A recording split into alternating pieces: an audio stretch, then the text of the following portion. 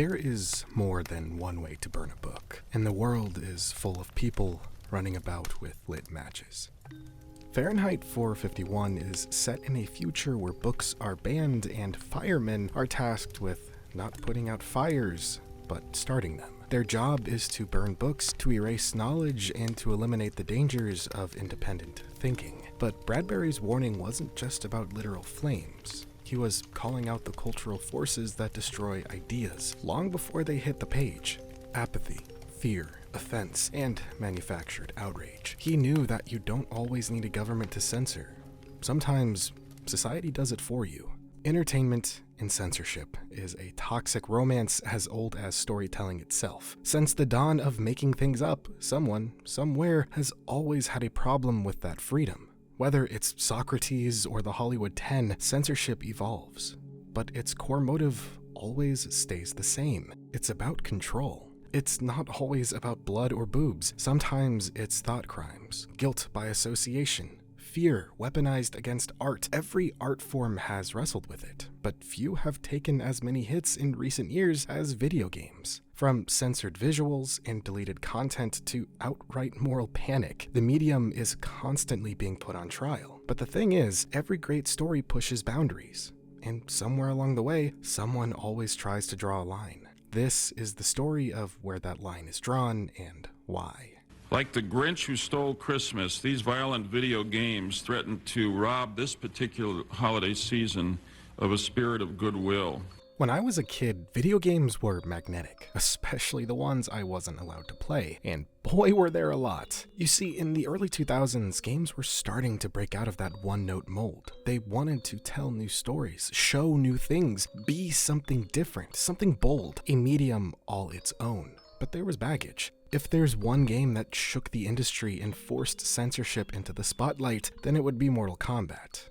When it debuted in arcades in 1992, players were stunned by its graphic violence and signature fatalities. Parents, politicians, and media outlets cried foul. How could a game let players rip out spines or decapitate opponents? The uproar reached Congress, where hearings were held to address violence in video games. The result?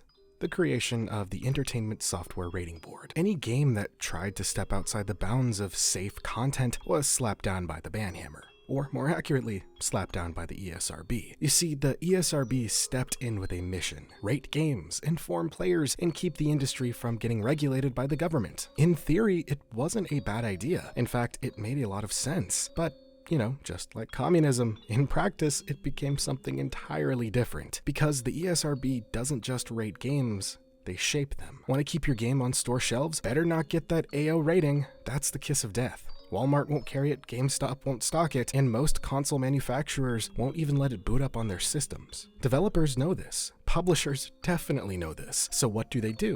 They self-censor. They sand down the edges. They remove content, not because it's illegal, not because it's broken, but because it's too hot for the market. It's the same song every time. Violence, sex, language, religious themes, politics, anything controversial gets cleaned up, blurred out, or cut entirely to avoid crossing that invisible line. But here's the real kicker.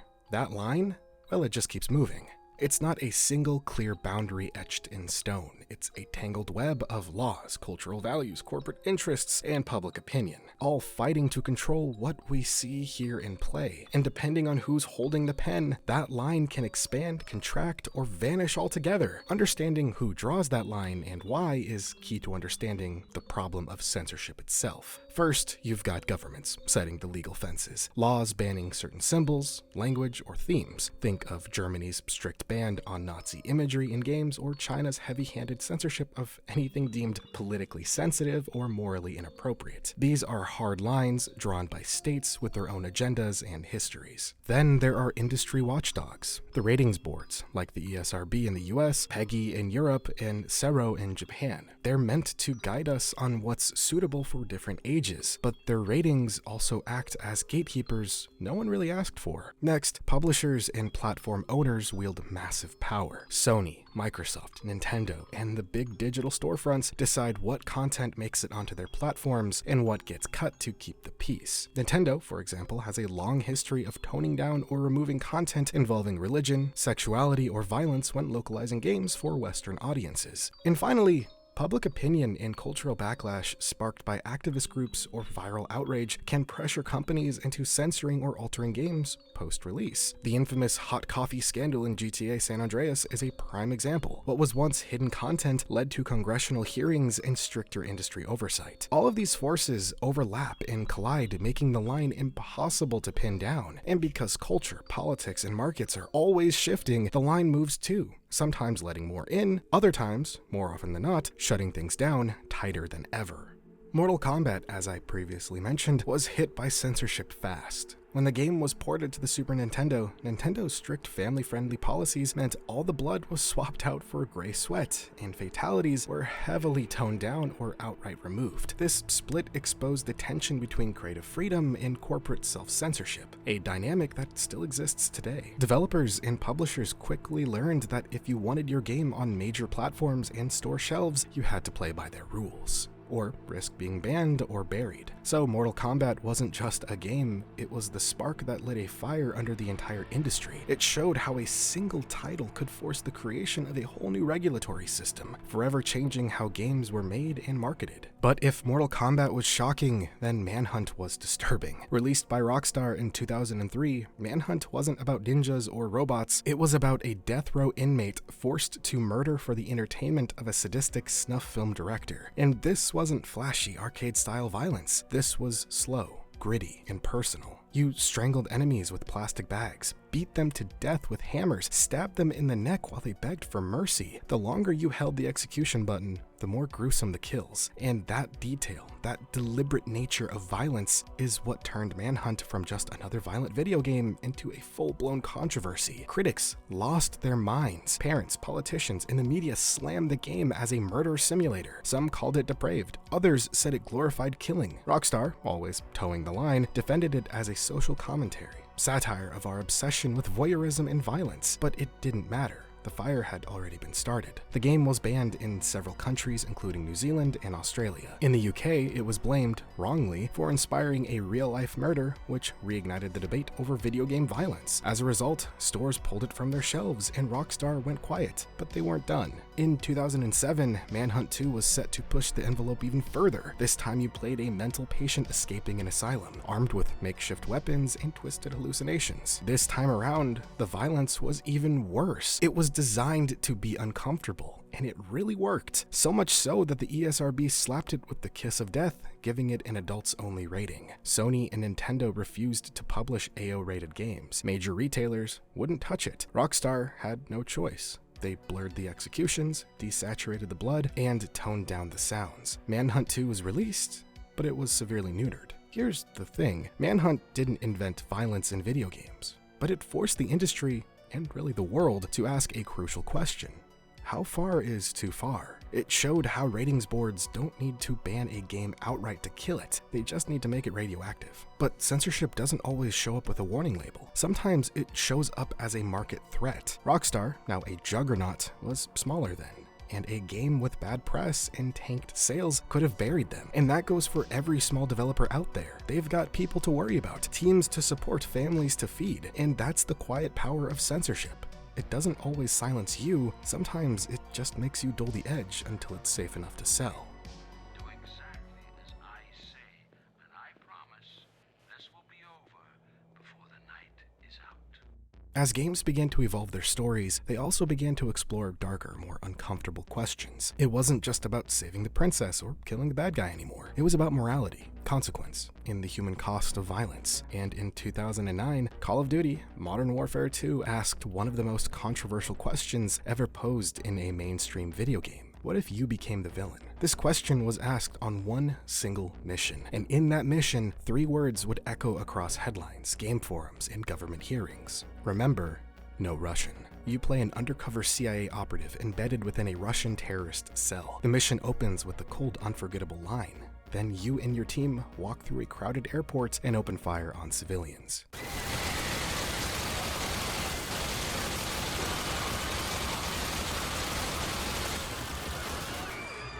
You don't have to pull the trigger, but the game lets you, and it doesn't punish you if you do. Civilians scream, they crawl, they bleed, just visceral horror. The backlash was immediate. Critics called it tasteless. Lawmakers questioned why anyone would simulate a terrorist massacre. News outlets ran the footage on repeat, and yet Activision didn't back down. Instead, they gave the players the option to skip the mission entirely without penalty. It was a compromise, sure, but it was one that said, yeah, we knew this would piss people off. In some regions, like Russia and Japan, the level was heavily censored or removed altogether. In Germany, the mission was an auto-fail if the player shot a civilian. Even in the US, the only country with true free speech, not just freedom of expression, and yes, there's a major difference, the game became a lightning rod for every conversation about morality, media, and the role of interactivity in violence. The genius and the horror of No Russian was its ambiguity. It didn't tell you how to feel. It didn't hold your hand. It just dropped you into one of the most morally uncomfortable situations ever put in a mainstream game and asked, what now? And that was the point. It wasn't about glorifying terrorism. It was about forcing the player to confront it, to experience something unsettling in a medium where violence is usually mindless and fun. And that scared the hell out of people. After No Russian, the conversation around censorship in games shifted. This wasn't about blood or nudity anymore. This was about politics, terrorism, and whether a game can make you feel complicit. Some saw it as irresponsible. Others saw it as art. But one thing was clear, the line had been moved once again. That was no message. This is a message. If you're noticing a pattern here, it's that all of these games were trying to say something. It wasn't just violence for the sake of it. They were testing boundaries, pushing buttons to see where the line is and find out what is acceptable. But that begs the real question. What is acceptable in a modern society? And honestly, what even is society anymore? Insert your Joker meme here. We live in it, sure, but do we even understand it? Because now we are more connected than ever. I can shoot the shit with a friend in Kentucky and a buddy in Australia in the same Discord call. But here's the twist. What's acceptable in Kentucky might get your game banned in Sydney. We're plugged into the same network, but we're playing by very different rules. And as much as I'd love for censorship to be some relic of the past, it really isn't. It's still happening. Right now. One of the most recent controversies, and hits closest to home for me, is with Void Interactive's Ready or Not. It's a game that puts you in the boots of a SWAT officer responding to violent, oftentimes deeply uncomfortable scenarios. Mass shootings, hostage situations, drug raids, even active terror events. It's gritty, grounded, and unapologetically raw. And that rawness, that's exactly what put it in the crosshairs. Back in 2021, Void teased a mission set during a mass shooting at a nightclub. Within hours of posting, they were hit with backlash. The mission was seen as insensitive and too soon, a sentiment that's understandable, but also very telling, because the mission wasn't glorifying the violence, it was confronting it. To add context, the controversy intensified because the mission was inspired by the real 2016 Pulse nightclub shooting in Orlando, Florida, where 49 people sadly lost their lives. But let me ask you a question. Is it better to live in blind ignorance, avoiding the horrific shit of reality, or to confront it head on? This mission wasn't glorifying anything. If anything, it showcased a side of reality that is often swept under the rug and forced you to actually process it, not run from it. In the same year, Void confirmed the possibility of a school shooting mission in the game, which ignited a firestorm of further criticism. The backlash was swift and intense, with many arguing that such a depiction was inappropriate and insensitive, given the real-world tragedies. In response to the uproar, Void issued a statement emphasizing their commitment to delivering high-quality, impactful content that addressed difficult subjects. They clarified that their intention behind the proposed level was not to glorify violence, but to honor the experience of those affected by such tragedies. The developers acknowledged the responsibility that comes with portraying such sensitive material and asserted their dedication to handling it with the utmost care and respect. Despite these assurances, the controversy led to a split between Void Interactive and their publisher, Team 17. While both parties described the separation as mutual, the timing raised questions about whether the backlash played a role in the decision. As time went on, the controversies surrounding Ready or Not began to dwindle until the announcement of the console release. To meet the certification requirements of platforms like the PlayStation 5 and the Xbox Series X, Void announced that Ready or Not has undergone minor content adjustments to ensure stability and compliance with global platform policies and age rating requirements ahead of its console launch. These changes restrict strictly minimal and targeted, aiming to preserve the game's core tone, themes, and intensity without diluting its immersive realism. They emphasized that major missions like Elephant, the school shooting mission, Neon Tomb, the nightclub, and Valley of the Dolls remained unchanged. However, if you want to get more specific, the actual changes involved altering a young girl's depiction from convulsing from what appears to be an overdose to sleeping, adjusting nudity so little Gerard isn't just, flopping around, adding underwear to emaciated trafficked women and the tortured police informant, revising an objective model in 23 megabytes a second for narrative clarity, and disabling post-mortem dismemberment, though dismemberment of living characters remains intact. While these changes are really not that bad,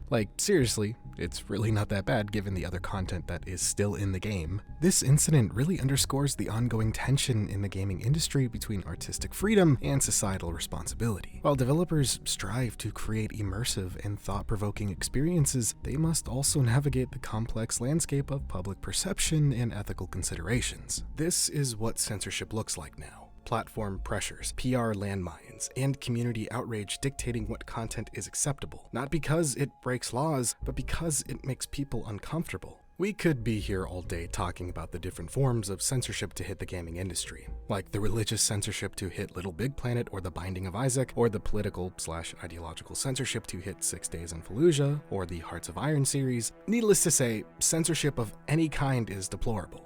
It doesn't matter if it's for a book, a poster, a show, a movie, a game, anything forced to be something it's not is a travesty. Full stop. The thing is, no artist seeks to censor their creation. Which is ironic because I had to censor portions of this video thanks to Big Brother YouTube. It's always, and I mean always, people who don't understand it, or don't wish to understand it. Speaking as a writer who has had his own work censored before, it's not fun. It's never fun. It's degrading, insulting, and a little bit humiliating. A writer's most important tool is the pen. It's their voice. Yet the incredibly frustrating part is suits who don't even understand the medium or what they are trying to convey have the final say in dictating what the rest of us are allowed to view or read. If you want a better idea of how stupid entertainment censorship is, let's look at the film industry really quick. Because the MPAA, the Motion Picture Association of America, is a masterclass in arbitrary, inconsistent, logic-defying censorship. It's not a government body, it's a private organization, yet it holds the power to make or break a film's release. You know what'll get your movie slapped with an NC-17 rating? A sex scene that's 5 seconds too long, a woman enjoying herself a little too much, a single use of the word f*** in a non-sexual context might pass, but 2?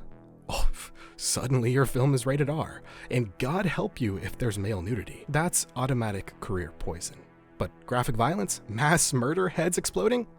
Totally fine. But the craziest part about the whole thing is that the people rating them aren't even filmmakers. They are anonymous, often conservative board members with no transparency and no accountability. The system is rigged to protect big studios and suffocate independent creators. Sounds a little familiar, doesn't it? That's what censorship looks like in the film world. A handful of anonymous gatekeepers deciding what the public is allowed to handle. And guess what? Games are heading the same way. Ratings boards, platform policies, terms of service that shift every year, all deciding what's acceptable for players, often based on outdated, hypocritical, or flat-out clueless standards. This needs to change. Art needs to be free. In case you couldn't tell, I'm very passionate about this subject. In fact, one of my very first videos on this channel was about this subject. However, I think people really need to understand something about this whole subject. The artist never censors themselves. Whenever I see outrage over censorship, the blame almost always lands on the creator, not the people forcing them to censor their art. Don't get mad at the artist, get mad at the suits, the ones in boardrooms, the ones who don't have to worry about their employees, the ones who care more about market optics than creative integrity, especially when they apply their standards selectively, because believe me, the double standards, they run deep. Censorship at its core is never really about safety. It's about control. And while it's dressed up in different costumes, ratings, policies, regulations, it all serves the same purpose: deciding what we're allowed to see, hear, think, or feel. That's terrifying, because once we let the decision leave the hands of the artist and fall into the hands of committees, algorithms, and executives, art stops being dangerous. It stops being honest. Now, I'm not saying every piece of media needs to be hyper-violent or politically charged, but we should always have the right to make those stories. and to choose whether or not we engage with them. Why is it my fault if a bad mom lets her kid play Ready or Not? Why should I be limited in what I experience because a neglectful father didn't look into what Grand Theft Auto is really about? The solution to difficult art isn't erasing it. It's context, it's maturity, it's trust. Responsibility isn't censorship, and censorship isn't protection. It's control dressed up in concern. So the next time you see a game pulled from a storefront, a mission rewritten, a scene blurred out, or a line of dialogue removed, don't just shrug it off. Ask who made that call and why. Because if we don't pay attention to who's drawing the line, we won't notice when they start dragging it closer. Because art isn't supposed to be safe, it's supposed to be true. And the truth? That's the one thing censors will always be afraid of.